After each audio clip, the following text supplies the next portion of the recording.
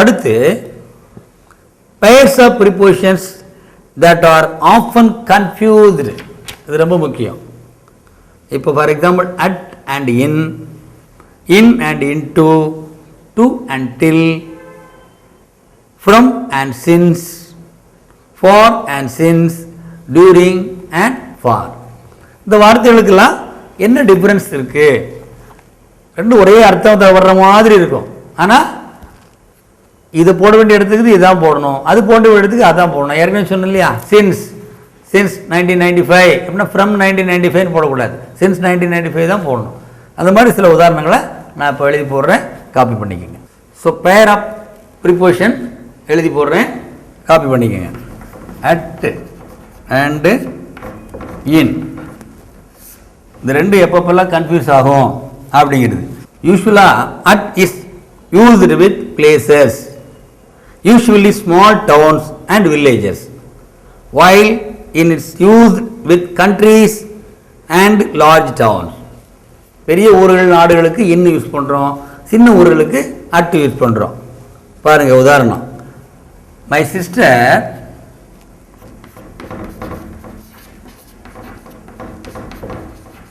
stays at home but my father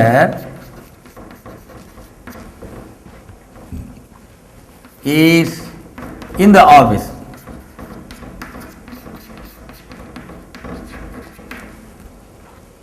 புரியுதா?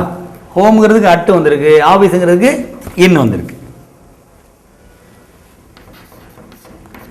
I was born on, sorry, I was born in Mumbai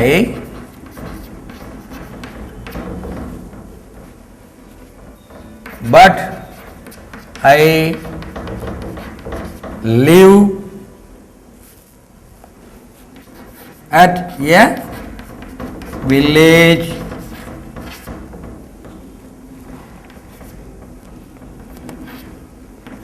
near Delhi.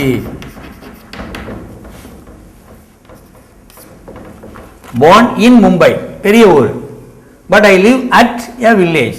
Village சின்ன ஊர், அதனால இங்கே at வந்திருக்கு. I am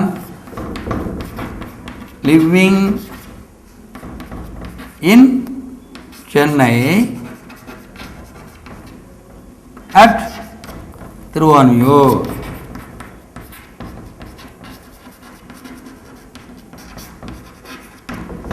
அல்லது ஐ ஆம் லிவிங் அட் திருவான்மியூர் இன் சென்னை, அந்த மாதிரி போடலாம். நான் தமிழ்நாட்டில் சென்னையில் இருக்கிறேன் அப்படின்னா என்ன சொல்லணும்? ஐ ஆம் லிவிங் அட் சென்னை இன் தமிழ்நாடு. புரியுதா? தமிழ்நாடு பெருசு, சென்னை சின்னது, அதனால் அட் சென்னை இன் தமிழ்நாடு. இப்போ சென்னை பெருசு, திருவான்மியூர் சின்னது, அதனால் சென்னைக்கு இன் போட்டு திருவான்மியூருக்கு அட்டு போட்டிருக்கிறோம். இப்போ அடுத்தது வந்து அட் அண்ட் இன்னுக்கு உள்ள வித்தியாசம். அதே மாதிரி in and into, in and into இதுக்குள்ள வித்தியாசம். The pen is in the drawer.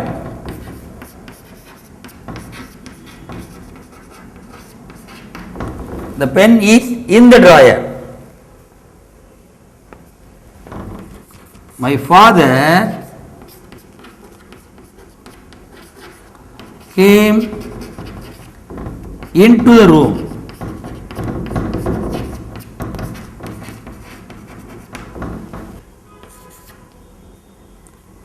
He swims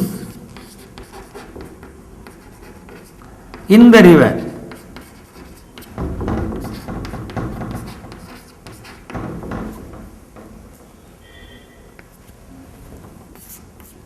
He dived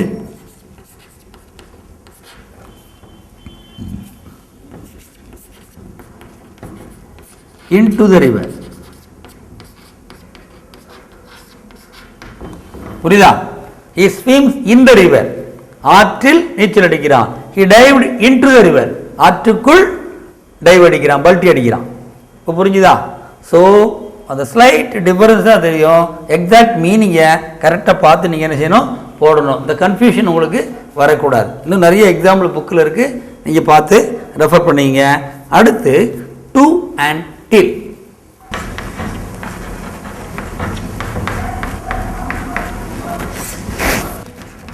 he worked till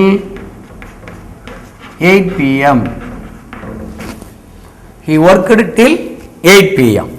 both to and till can be used with from. From ஓடு கூட use பண்ணலாம். from 6 to 8 or from 6 till 8. இது இப்படி பயன்படுத்தலாம். from 6 to 8, 6 மணிலிருந்து 8 மணி வரைக்கும், அல்லது from 6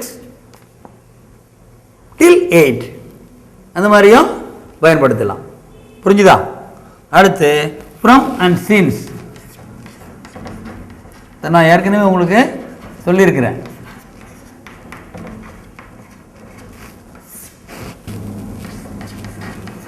from 8 a.m. to 6 p.m. from 8 a.m. to 6 p.m. அதே நேரத்தில் since Monday,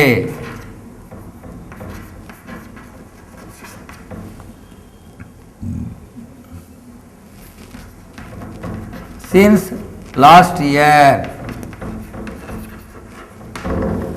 since 2005, இந்த மாதிரி சொல்லலாம்.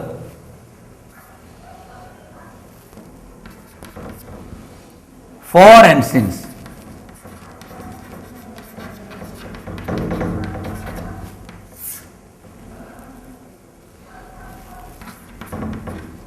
for 6 years.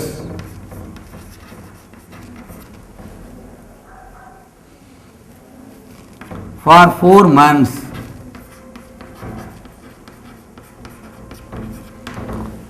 இந்த எண்ணிக்கை கரெக்டாக வரக்கூடியதுக்கு ஃபார் போடணும். For 6 years, 2 years, 5 years, for 4 months, 2 months, 3 months, for 2 hours, 1 hour, 3 hours, அந்த மாதிரி வர்றதுக்கெல்லாம் என்ன போடணும், ஃபார் போடணும். ஆனால் சின்ஸ் போடும்போது I have been here since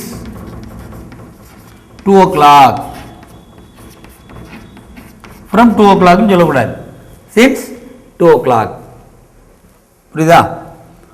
லாஸ்டா during and for.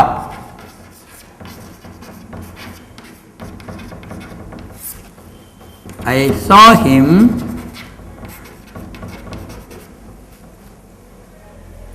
during my holidays.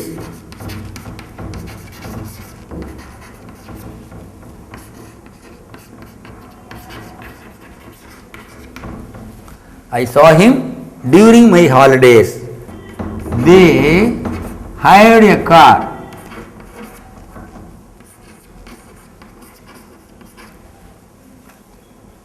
for their holidays.